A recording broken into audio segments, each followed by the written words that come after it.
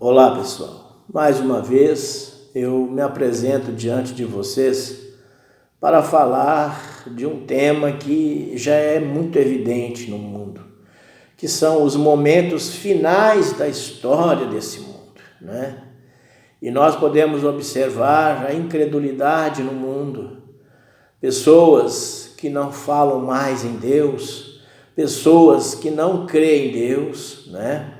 Veja bem como é que está a situação do mundo, a imoralidade por todos os lados, né? As mulheres, os homens com os seus trajes terríveis, com os seus vícios, enfim, o assunto deles está totalmente fora do plano de Deus. E incredulidade nós sabemos que é pecado. E o mundo jaz no maligno e que é pecador, o maligno, e assim ele tem tragado muitas pessoas para si. Mas pela graça e misericórdia, o povo cristão, o povo da noiva, né, que vem mantendo-se fiel ao seu Senhor, observa tudo isso, né, e vê quão pode o mundo viver nessa condição. Mas o diabo tem buscado para ele pessoas, tem tragado essas pessoas para que vivam como elas bem entendem, né? Sem conhecer a Deus, né? É óbvio que muitas vezes as pessoas, quando questionadas sobre Deus, sempre elas dizem: eu creio em Deus. Mas sabemos que aquele que crê em Deus, né, deve obedecer toda a plenitude da palavra, né? Ou seja, aquilo que Deus fala tem que ser obedecido, porque Ele é o Pai, Ele é o Criador, Ele é o Senhor de tudo e de todos. Então, a falta de obediência à palavra tira a pessoa do crer. Por quê? Eu não posso crer em Deus se eu não obedecer a palavra. E se eu obedeço a palavra, eu creio em Deus, né? Então, aí nós vamos ver que o mundo encontra nessa condição, né? Agora, veja bem, nós devemos observar as Escrituras, né? Quando Jesus Cristo falou lá em São João 8,37, eu até vou ler para vocês, São João 8,37 até o 39, ele diz aqui, ó, observa, São João 8, né, do 37 ao 39, ele disse aqui, veja bem, ele falando sobre aquelas religiões daqueles dias, né?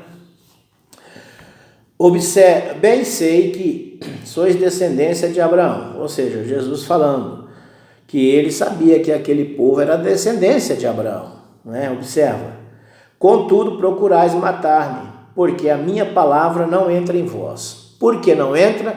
Porque era uma semente errada, a semente que veio do maligno. Então eles eram religiosos, como até mesmo Caim era muito religioso, mas a palavra de Deus não poderia entrar neles. Eles não poderiam compreender a linguagem que Jesus falava com eles, né? Eu falo do que vi junto de meu Pai, e vós fazeis o que também vistes junto de vosso Pai. Observa bem. Responderam e disseram-lhe: nosso pai é Abraão. Olha a mentira aí. Jesus disse-lhes: se fosseis filhos de Abraão, fareis as obras de Abraão. No entanto, eles não fariam as obras de Abraão, né? Eles faziam as obras do inimigo, ou seja, de Caim. Eles eram descendência, tinham uma semente, mas por eles não compreender a palavra e não entenderem a linguagem de Jesus, ali já estava bem claro que Jesus estava afirmando a eles, né? Que eles eram filhos do maligno, né? Agora, se eu continuar a leitura aqui, observa bem. Mas agora procurais matar-me a mim, homem que vos tenho dito a verdade, de que Deus tem ouvido Abraão, não fez. Vós fazeis as obras de vosso pai. Disseram-lhe, pois, nós não somos nascidos de prostituição. Temos um pai que é Deus. E agora Jesus disse, pois Jesus, se Deus fosse vosso pai, certamente me amaria, porque eu saí e vim de Deus, não vim de mim mesmo. mas ele me enviou. Não é? Agora, veja bem, 43. Porque não entendeis a minha linguagem, por não poderes ouvir as minhas palavras, vós tendes por pai o diabo, e satisfazeis os desejos de vosso pai. Ele foi homicida desde o princípio, não se firmou na verdade, porque não há verdade nele.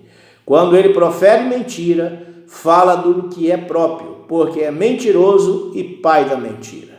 Então nós sabemos que Caim foi o primeiro assassino e também o primeiro mentiroso da Bíblia Sagrada, né? Da palavra. Então observamos aí que a descendência deles não condizia com a palavra de Deus, né? Ou seja, eles foram fazer uma obra de Deus como Caim foi também fazer uma obra para Deus lá no altar, que Deus não se agradou. Por quê? O conhecimento intelectual jamais conhecerá a Deus. Nunca o conhecimento intelectual conhecerá a Deus, porque Deus se faz conhecido quando ele revela a sua palavra a quem ele quer.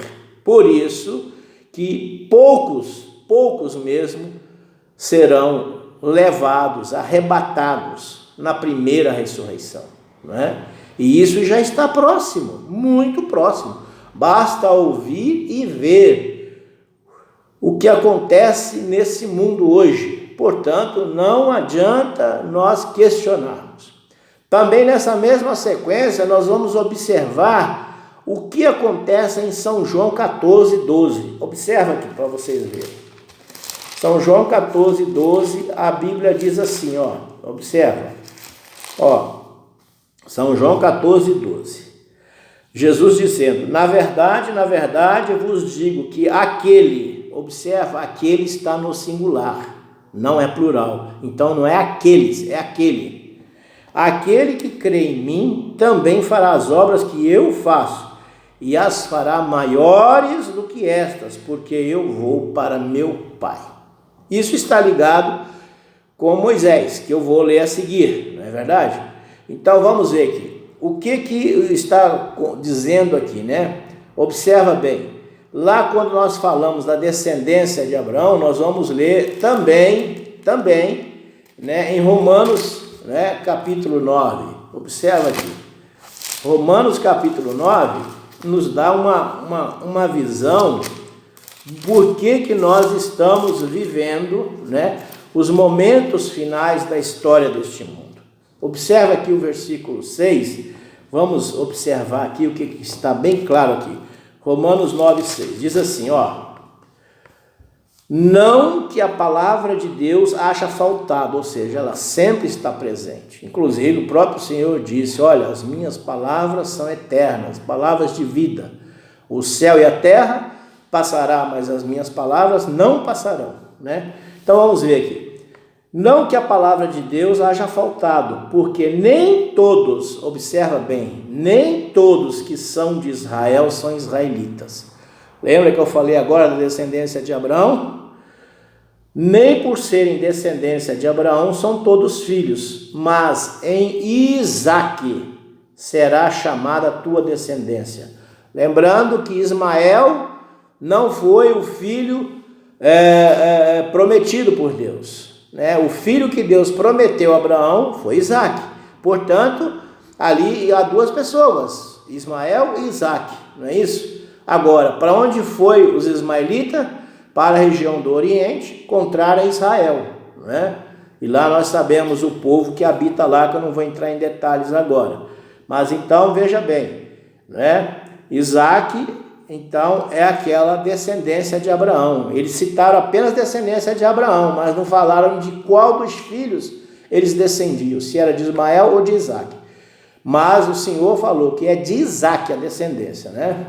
Então, é isso que eu tenho para dizer para vocês. Então, agora aqui, justamente em São João 14:12, que eu acabei de ler, nós vamos ver aqui, que diz aqui, ó, São João 14:12, observa aqui.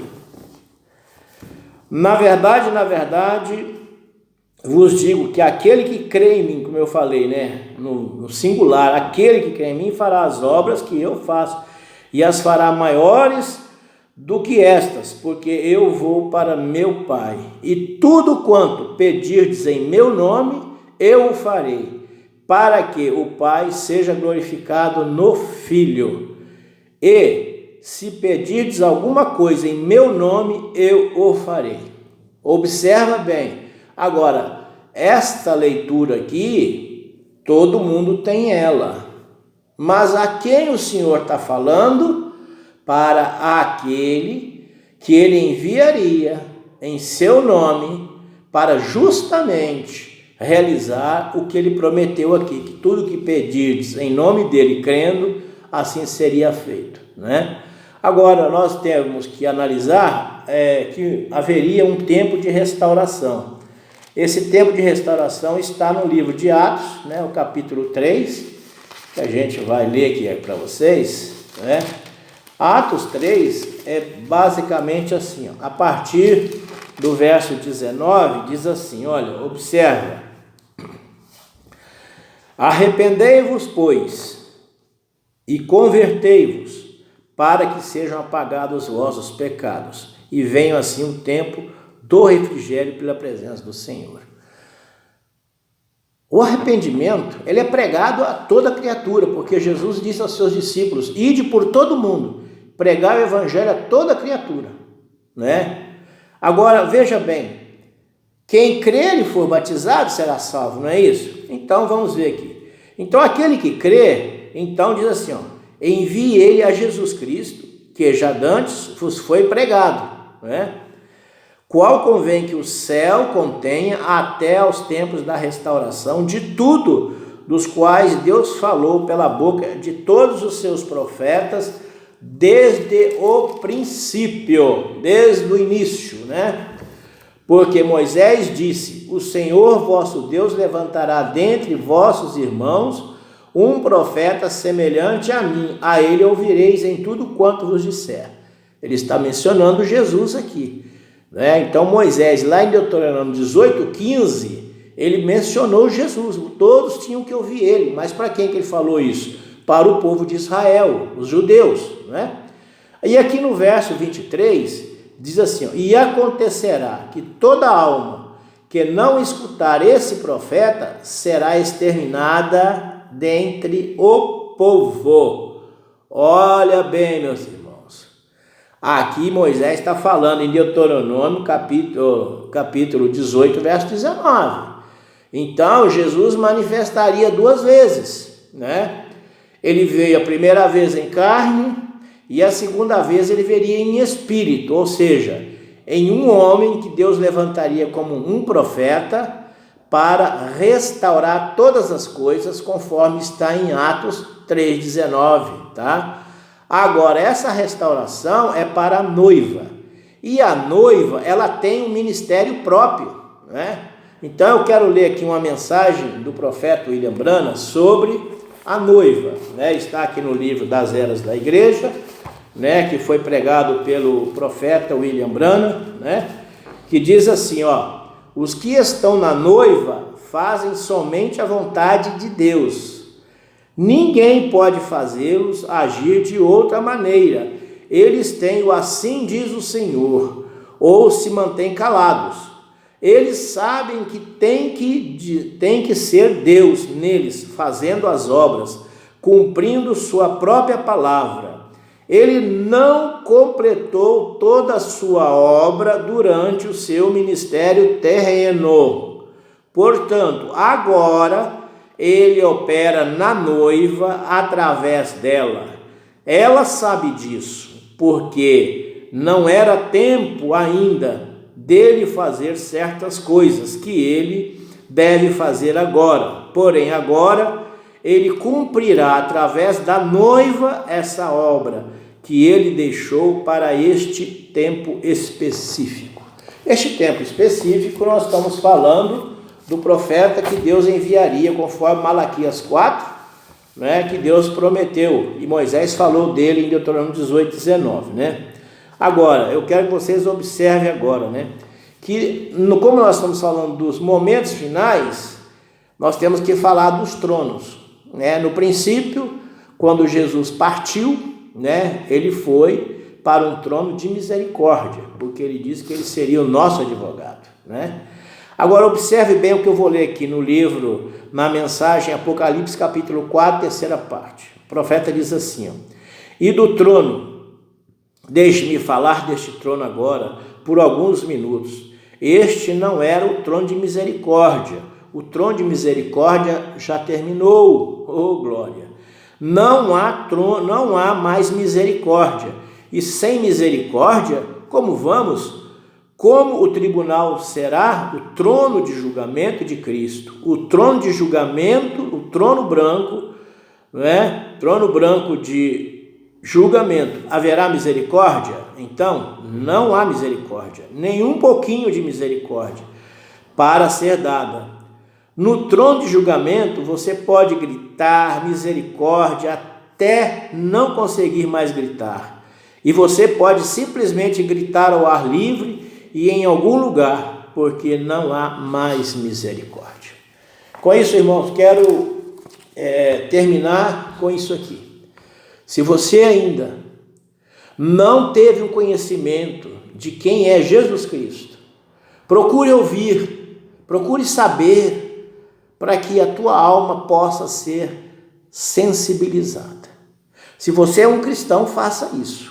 Se você sente o desejo de Deus no coração, faça isso, tá? Agora, se você não sente o desejo, já sabe a qual semente você pertence. Então, o que eu posso dizer? Que Deus nos abençoe e em nome de Jesus Cristo, para a honra e glória dele mesmo, tá? Faça isso. Se achar que serviu esse pouquinho que eu falei, aí embaixo tem um botão inscreva-se, tem um sininho, escreva para que os vídeos que eu vier postar, vocês tenham acesso e também já tenham os vídeos passados. Deus os abençoe em nome de Jesus Cristo.